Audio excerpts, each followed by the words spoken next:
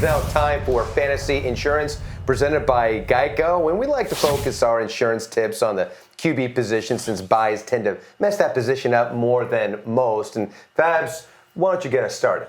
And I'm going to go at the quarterback position with Baker Mayfield. Okay. And last week he was a sleeper. He gave you a respectable 18 fantasy points, not too bad. But the matchup here is good. I mean, Atlanta's allowed the third most fantasy points to quarterbacks this season. They've allowed a top 9 quarterback in 6 of their last 7 games. Graham, you're better at math than I am, but I would say that's a pretty good percentage. So Baker Mayfield should be in your starting lineup if you're hurting at the quarterback position.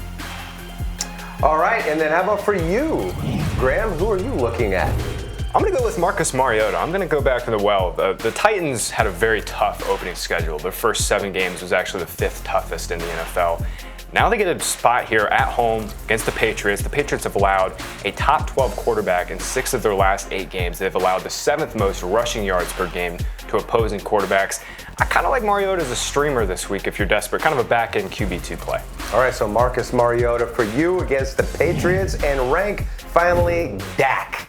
Yeah, I'm going to go with Dak Prescott. He's had back-to-back 20-point games, and really when you look at the matchup against the Philadelphia Eagles, the strength of that defense is in the front 7. It's one of the best in the game, but where they're really deficient is in the secondary, and they've been banged up with some injuries as well. So I do expect the Cowboys to attack them by trying to go through the air, and so that's why, as a pure volume play, is why I would lean on Dak there.